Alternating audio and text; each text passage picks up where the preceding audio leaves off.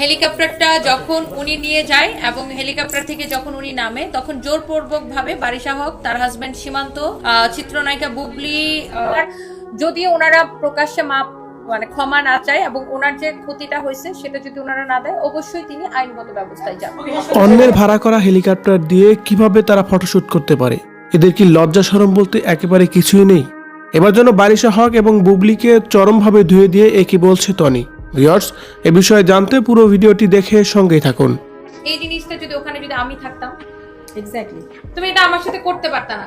Helicopter সহ তোমাকে ঢিল দিয়ে ফালাই দিতে হবে। গতকাল থেকে একটি ভিডিও সোশ্যাল মিডিয়ায় বেশ আলোচিত হয়েছে, যেখানে দেখা যাচ্ছে রুবায়েত ফাতেমা টনি বারিশা হক, বুবলি, গৌতম সাহা এবং কি অসিফ খানকে নিয়ে কথা বলছেন। শুধু তাই নয়, বুবলি বারিশা হককে রীতিমতোই যেন ধুয়ে দিয়ে কথা বলছেন তিনি।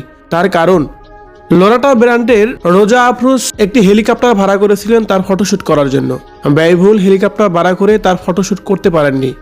কারণ ছিল একটাই, যে বুবলিকে নিয়ে বারিশা হক সেই হেলিকপ্টারে ফটোশুট করে প্রথমেই। এমনকি লোরাটা ব্র্যান্ডের রোজা আফরোজ যখন জিজ্ঞেস করে, ঠিক সেই মুহূর্তে বারিশা হক তাকে সেখান থেকে সরিয়ে দেয় এবং কি বলে, আপনি যান, আমরা আগে ফটোশুট করে নিই, আমাদের কাজ আমাদেরকে করতে দেন।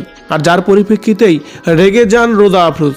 তার কারণ, তার আফসোস হলো যে আমি যে স্টাইলে ফটোশুট করার জন্য এই হেলিকপ্টার ভাড়া করে এনেছি, আমাকে সেখান থেকে নামিয়ে দিয়ে আমার কনসেপ্ট চুরি করে সেইভাবে বারিশা হক সেখানে ফটোশুট করে। কারণ একটা বিজনেসের জন্য এইসব অনেক বড় ক্ষতিকর দিক। তার কারণ, আমার কনসেপ্ট চুরি করে তারা ফটোশুট করেছে, যেটা কখনোই আমার বিজনেস আমার জন্য কাম্য ছিল না। যার কারণে যেন বারিশা হক এবং বুবলিকে নিয়ে কথা বলা হচ্ছে। রুবায়েত ফাতেমা টনি এই মুহূর্তে বলেন, এ সময় বারিশা হক ও শবনম ইয়াসমিন বুবলিকে হুমকি দিয়ে কথাও বলেন রুবায়েত ফাতেমা টনি।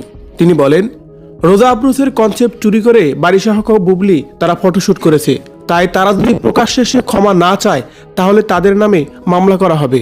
এভাবে যেন রুবায়েত ফাতেমা টনিও সেই মুহূর্তে কথা বলতেছিলেন। ভিউয়ার্স, বারিশা হক এবং বুবলিকে নিয়ে এই সব বিষয় নিয়ে যদি আপনার কোনো মতামত থেকে থাকে, কমেন্ট করে জানিয়ে দিন কমেন্ট বক্সে।